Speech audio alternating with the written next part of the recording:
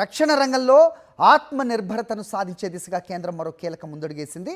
Advanced medium combat aircraft AMCA ఎగ్జిక్యూషన్ను ఆ ప్లాన్ను సిద్ధం చేయడానికి రక్షణ మంత్రి రాజ్నాథ్ సింగ్ గ్రీన్ సిగ్నల్ ఇచ్చారు.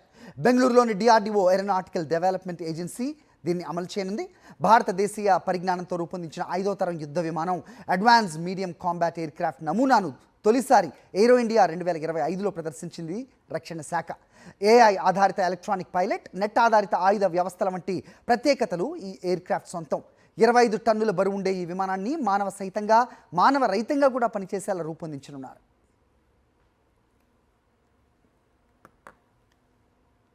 రక్షణ రంగంలో ఆత్మనిర్భరతను సాధించే దిశగా కేంద్రం మరో కీలక ముందడుగేసింది.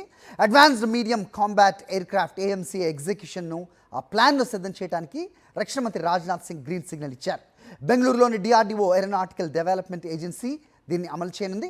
భారతదేశీయ పరిజ్ఞానంతో రూపొందించిన 5వ తరం యుద్ధ విమానం అడ్వాన్స్ మీడియం కాంబాట్ ఎయిర్క్రాఫ్ట్ నమూనాను తొలిసారి ఏరో ఇండియా 2025లో ప్రదర్శించింది రక్షణ శాఖ.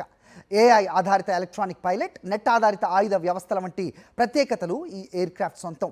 25 టన్నుల బరువు ఉండే ఈ విమానాన్ని మానవ రహితంగా కూడా పనిచేసేలా రూపొందించనున్నారు.